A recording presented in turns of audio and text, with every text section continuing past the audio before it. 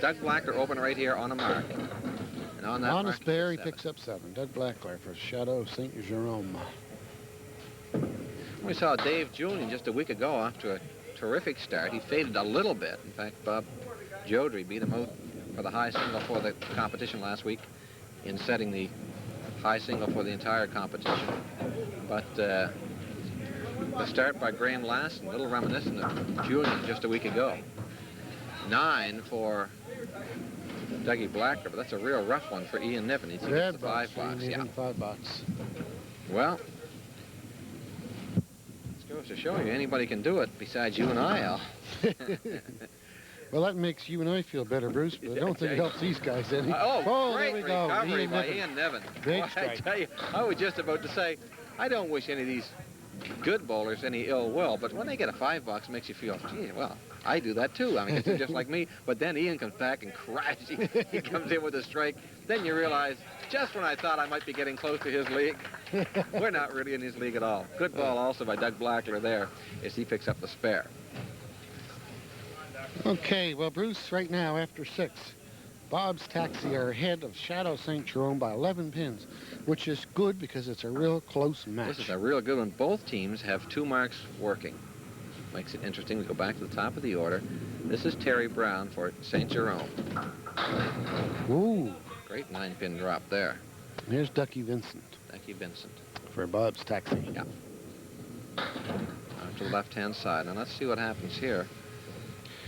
If this Brown can pick this wood could work. Well, it rolled off, so he just has to concentrate and hit that pin. And he does. Got it.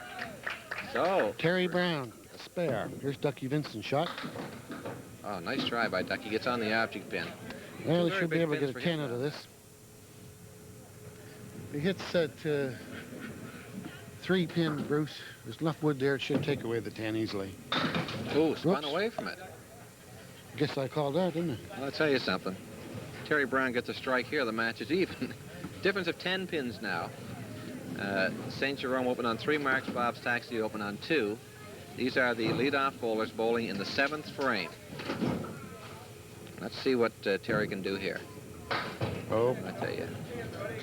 Just 2. Well, that's too bad, Bruce. As you say, that could have... he did pick up 2, which makes the difference 8 pins now for... Well, if you're going to score only 2 on your mark, you want to do it now instead of in the 9th or 10th frame. But this is a very, very close match. Ducky Vincent with the tough split here.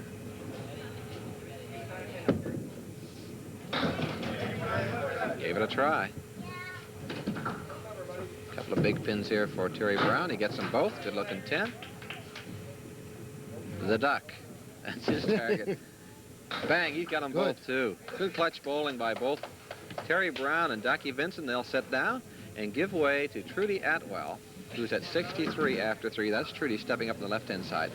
And Valerie Cross, who's at 70, 10 over after 6. Neither lady open. Trudy Atwell for Chateau St. Jerome here. Good hit. She's left herself a tough split. Valerie Cross. Right on that front end. It's the 5 and the 8. Back to the other side. This is Trudy's shot. Let's go back to lane number 9, Al. There's some wood out in front, and I don't know if that's going to... I think that's going to work against her. I do, too. I think she's going to have trouble getting through in behind to get the 8. Let's see what happens. Here's the shot. Doesn't get a thing. Thought she might get the 5. That's really tough for Valerie Cross with a good opening ball. 9 box for Trudy Atwell. And for Valerie Cross, it'll be an 8. Well, 7 pins in the difference now. Both teams, 2 marks working. Let's see what happens here. Okay, we'll watch Trudy Atwell here first. For Chateau. Almost like watching St. Jerome. The atmosphere is almost like that of a golf tournament. Real good crowd on hand, but real quiet. Mm-hmm. Good ball again. Valerie Cross is really getting that first ball in. She leaves the 8-pin. That's what she left the last box, Bruce. This is Valerie, or at least Trudy Atwell's attempt at spare. That was a good try. Just about got it. See if Valerie plays the wood here. Again, our angle hard to tell. She got on the wood, and it was hard to say whether she go see right the for the pin on that one, Bruce. Off the wood on the pin. It's a 10 for Trudy. For Valerie, it'll be a 10 also. The count remains 7 as we give way now to Charlotte Farrow and Sharon Bell. It's Charlotte on the left-hand side and Sharon on the right-hand side. Now, Charlotte for St. Jerome is open on a spare. She's got a good one going. She's at 67 and open here after 6. 7 over plus this. Charlotte, good hit. Big 9-pin break. And for the first time, lots of wood left there, too, Bruce. Chateau St. Jerome goes into the lead by 2 pins. Well, we'll see what Charlotte Farrow can do here. She has to hit that pin dead on, the number 7 pin. Yeah. Hit it right on.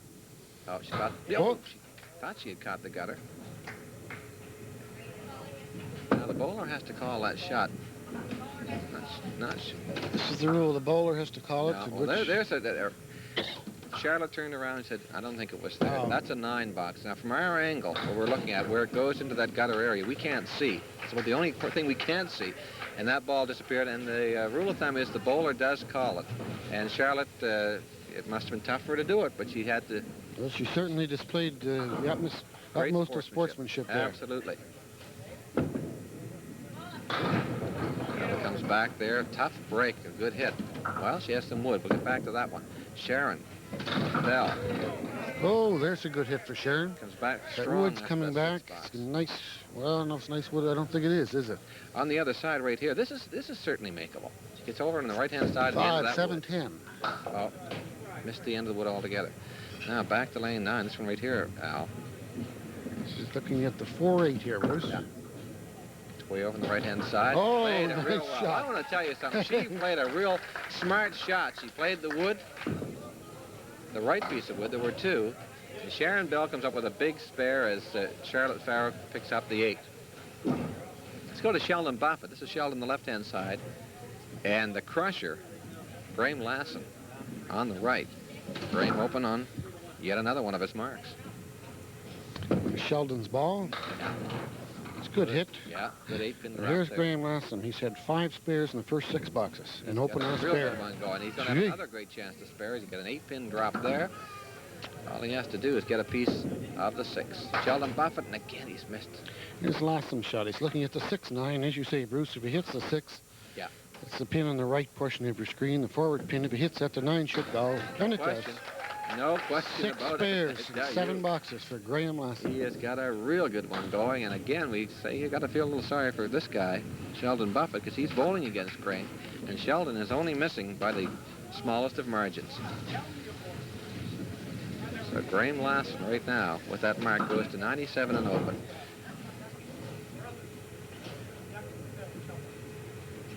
Got 107 and open. After 7, again for Sheldon Buffett. Good 8-pin drop. Here's Lassen again. Gee, look at I that. can't believe this guy. He's got a strike on the spare. He's just becoming a one-man wrecking crew for Bob's Taxi. You can forget about the high single for men. He's making this game look awful easy.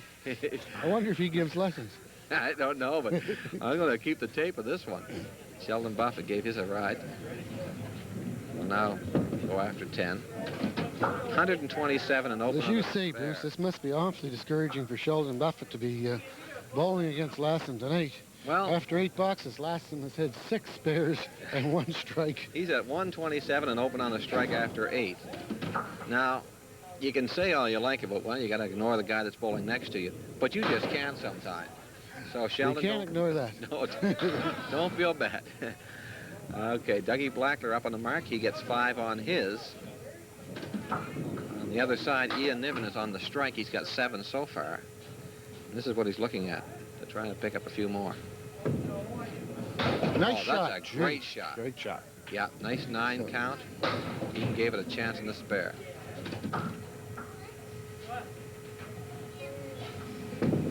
Niven gets the good 10 pin. for Ian Niven. Yeah. Dougie Blackler there picks up a 9.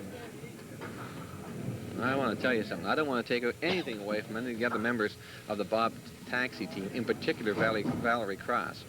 But Graham Lassen, he is really carrying that team on his shoulders right now. A great job. Here's Dougie Blackler trying to fight back for St. Jerome. Good 8-pin drop. Ian Niven crashes in and got the strike. So give full marks to Ian Niven. Strikes in 2 of the last 3 frames. Blackler comes back and gets a spare there. We're going to go to the scoreboard and take a look in just a moment at how they stack up. But this is shaping up to be a real interesting match, Al. And we've got some great shot making from both teams, but the overriding theme right now is what Graham Lassen is doing, but also Ian Niven with a couple of strikes in the last 3 frames for his team, Bob's Taxi, is also going very, very well. Let's go to the scoreboard then. Here, after 8 frames, there are 2 frames per bowler to come, and let's take a look at how they stack up after 8 frames. It will go from top to bottom and look at all the bowlers and all their scoring, but indeed an interesting match at this point. Bruce, you're right. It's been a great match. It's been close. We were within a couple of pins there. Right now, after 8 frames, we have Bob's Taxi are leading by 21 pins over Chateau St. Jerome. It's been a real good match, and there's 2 frames remaining. And I'd have to say that it's, right now, anybody could win this. No one's running away with this match. I wouldn't be at all surprised to see that position change. Looking at scoreboard for St. Jerome, there in the top portion of your screen, Terry Brown, he came into this with a 101 average, and after 8 frames, he's 76, so he's just a couple of pins under par, but he came in with 101, so he's pretty well doing his job. He's just about on his average. Yeah. Right below that is Trudy Atwell. Trudy's an excellent young bowler. After 8 frames, she is 82, 2 pins over par. She came into this with a 100 average, so she's bowling her average, just slightly exceeding it. And Trudy, as we've mentioned, is the leader right now. She holds a high single in this competition with a 124. Just below that, Charlotte Farrell. Charlotte came into this with a 96 average, and after 8 boxes, she's 93. So she's 13 pins over par. She's exceeding her average. She's really doing well. Just below that is Sheldon Buffett. Sheldon's having a tough night tonight. After 8 boxes, he's only 71. He's a 116 average bowler, and Sheldon hasn't yet had a mark. He's been bowling against Graham Lassen, who's really pouring it on, but Sheldon is having a tough game. Just below that, Doug Blackler. Doug's bowling very well. He's had 4 spares so far. He's 95 and open after 8. He's 15 pins open with the ball working for him. But nevertheless, that's the lineup for St. Jerome. Right now they're down 21 pins. Looking at Bob's Taxi.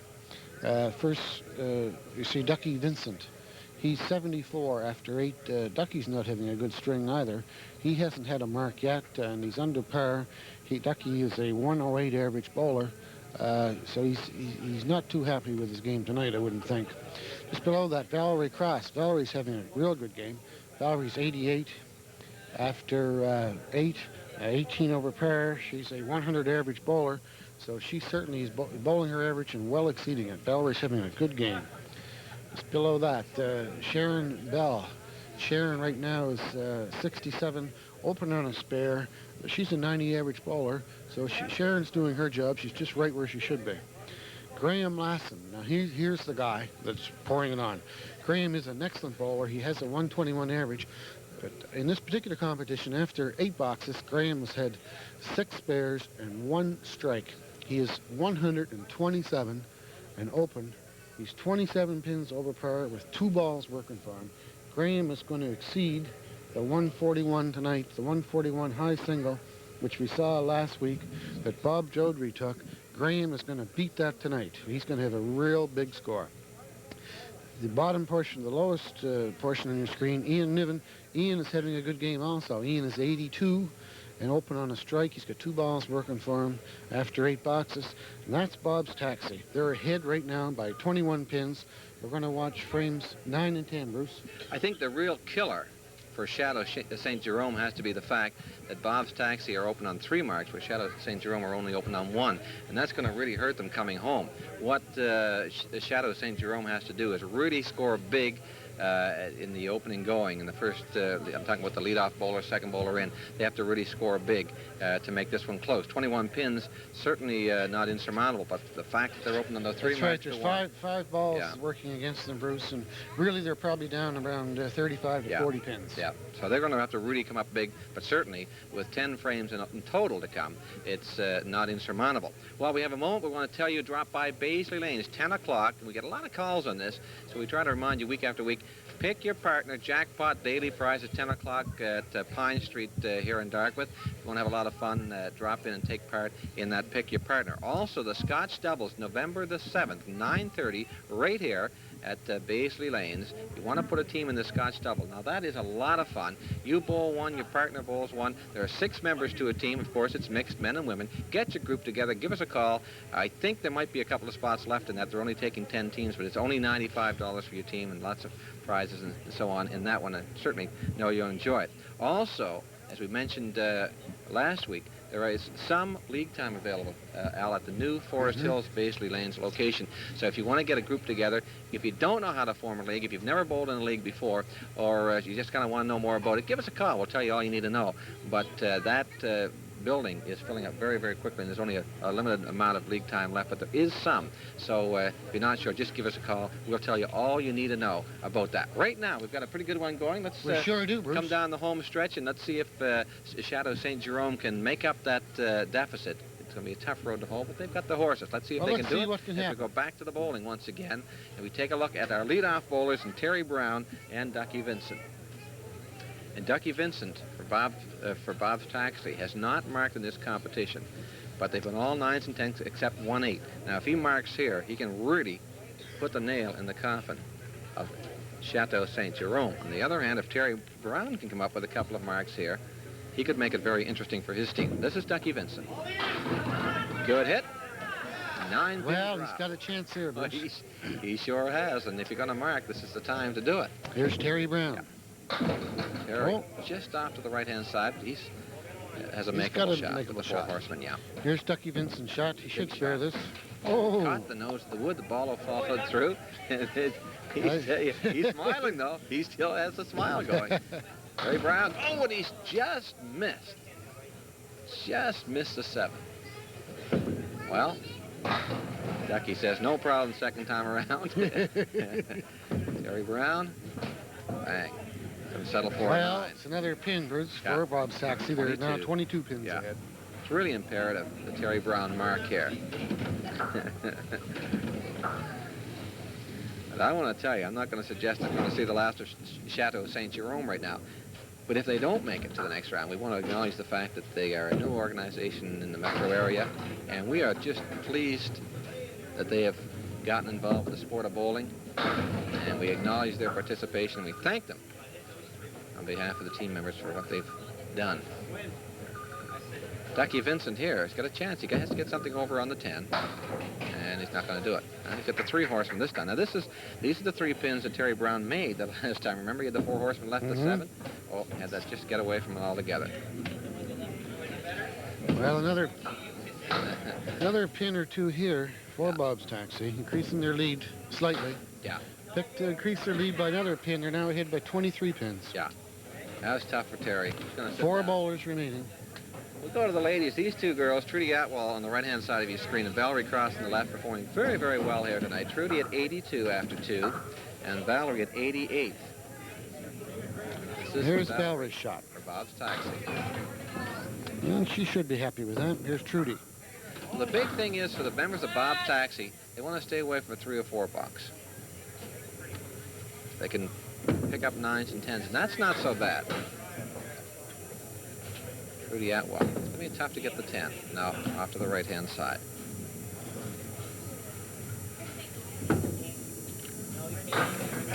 There's a good shot by Valerie. Nice 10. For Valerie Cross. Go to the other side. Trudy gets a 9. Throw that with a 9. But it's another pin there, Bruce, for Bob's Taxi. Now 24 pins in favor of Bob's Taxi. And they've got their last 3 bowlers open on marks. The anchor bowler for St. Jerome was open on mark. But that's what's really going to hurt. And St. Jerome had to load things up in the front end. It's just not happening for them. Valerie Cross, 6 there. Trudy Atwell now. Trudy left the 4 horsemen, plus in behind the 8 with coverage. That's not so bad. Valerie Cross. No. Must shot here for Trudy. Oh, there's nice a good shot. Try. I thought that was going to go. Yeah. Don't come any closer to making that shot and not making it.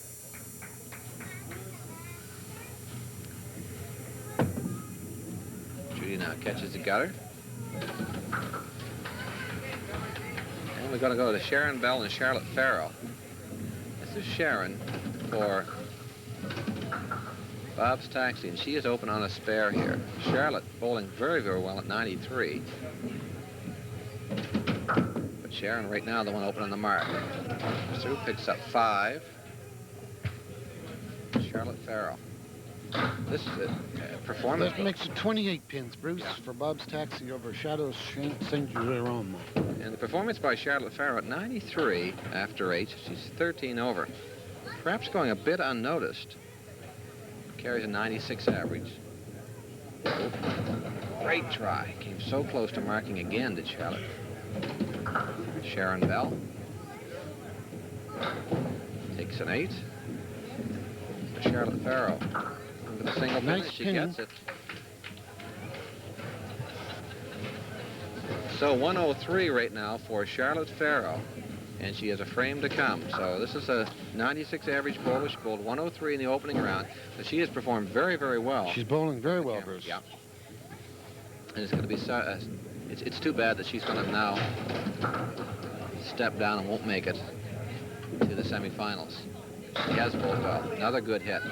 Good 9-pin drop there. Sharon Bell looking to spare here. Good shot, nice Sharon start. Bell. Good. Sharon a little slow starting, but she's finishing strong. With a mark in the 8th and a mark again here. Charlotte's looking for a spare here, Yeah. Bruce. She should get it. No She problem. does. So Charlotte Farrell and Sharon Bell both finishing off with marks. And it's real nice to see. Charlotte right now at 113 plus what she gets on her ball, and Sharon Bell at 90 plus what she gets on hers.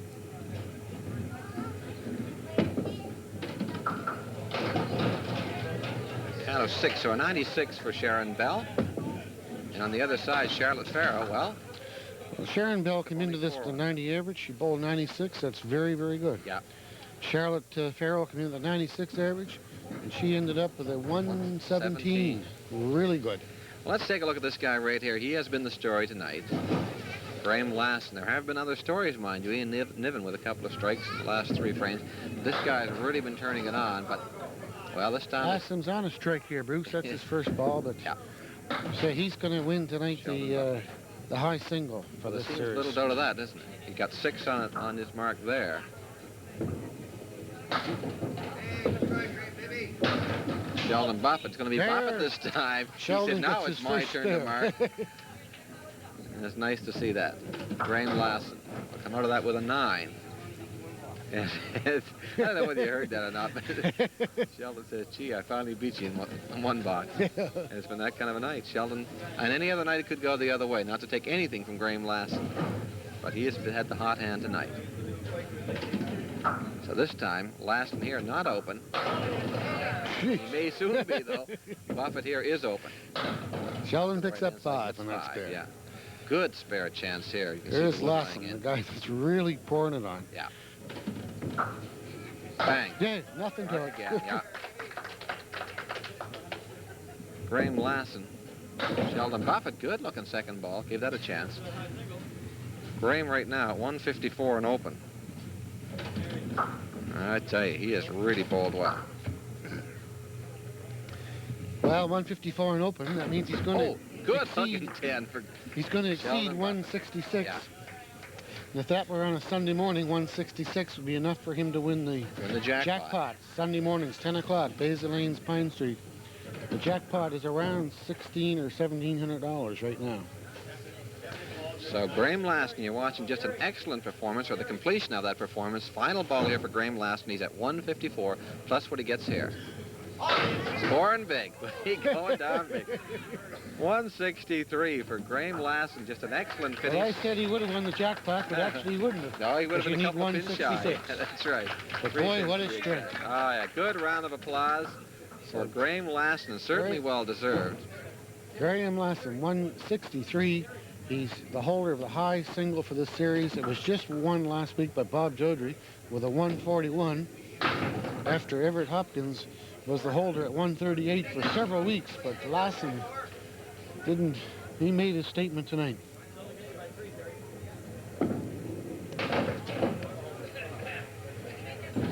Right now, you're watching the anchor bowlers finish things off. Ian Niven, of course, and Dougie Blackler, both open on marks. Niven here on the strike. Good looking ball. He gets us there. So Ian Niven putting on a bit of a show with a strike. 10, strike, and now a spare. He's a good one. He bowled very, very well in the opening round with a 129. So let's give full marks to Ian Niven. So anyway, tonight you're going to see Bob's Taxi moving on. Bob's Taxi tonight defeating Chateau St. Jerome. Boy, I tell you, this team looks strong, don't they? Next week, it's going to be the Steve Butler show against Baisley's Mixed. Yeah. Ian Niven. Bang, right on the pin, makes it good. Well, we saw a great match tonight, Bruce. Yeah. Doug Black, a little slap 5 there. It's nice, too. It's quite a thing to see a fellow like Graham Lassam come on television and bowl a 163. Yeah. People can see just how easy it is. 1 ball per bowler yet to come, as we're going to take a look at these. Throw the bonus ball on their marks. Bang. For Ian Niven, he picks up 6. Now for Doug Blackler, he will pick up 7. And that's the way it'll end. But a very, very interesting match here this evening as Bob's Taxi do move on to the semifinal. You know, that team is going to be very, very tough. As you watch the performance of Graham Lassen and Ian Niven and company, but that team looks real strong. They look very good, Bruce. So it is. It's hard to say. It's sorry to say Chateau St. Jerome go by the wayside because they have performed very, very well, winning in, of course, the opening round and putting up a strong performance tonight. But they could not match the performance in particular by Graham Lassen as he bowls an excellent 163 in front of our cameras here. And he is now the leader in the high single, knocking off, as you mentioned earlier, Bob Jodry at 141. That was his high single. So now he is Graham Lassen, a holder of that high single. I'd be very surprised, quite frankly. That's going to be tough to beat that 161. You and I aren't going to beat it. That's for sure. I imagine that'll hold, Bruce. Yeah. Okay, next week, you touched on it. We've got the Steve Butler show against the Baisley's Mixed. That also should be an interesting match. Certainly hope you join us for that one. In the meantime, from all the gang at Baisley Lanes, myself, Bruce Stephen, and Ellen Peters, we wish you all a very pleasant good night. Good night. Wouldn't it be nice to find